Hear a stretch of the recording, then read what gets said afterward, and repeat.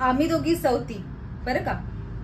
यामिनी आणि ते दिसतात ना त्या दुर्गाबाई, एकाच घरात नांदतो, वयात मात्र ते अंतर.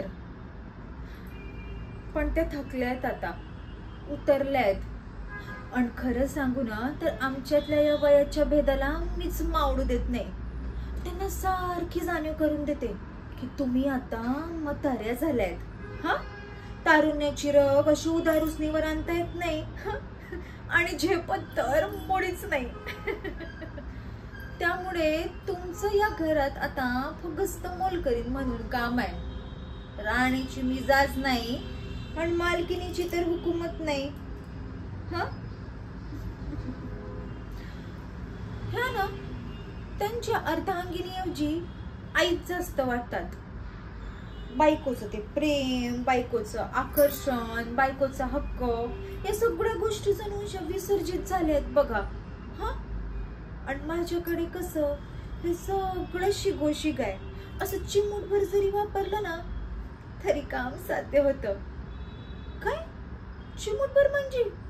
अगं बया, तिरप्या कटाक्षात चिमूटभर म्हणजे जे हवं ते साध्य होतं. आता याला माझं तरी नाईलाज आहे बघा. मुळात आहेच मी सौंदर्याची खान. आणि एका कटाक्षात म्हणाल तर उपजतच कमळासारख्या डोळ्यांची सडपातळ पापणींची देखणी लागली आहे मला. हा,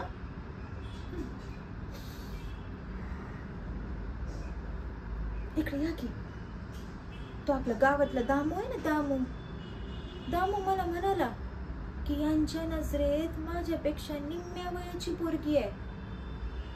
पण इथं बी बाजी मॅच मारणार. आता भातुकली खेळायच्या वयात शृंगाराची गुपी तर थोडी ना ठाऊक असणार तिला. हा, त्यामुळे माझ्या मोहपाशातून तर यांची सुटका अजिबात नाही. नाही म्हणजे नाही, मी हौस देणार नाही. हा, यामिनी म्हणतात मला. यामिनी.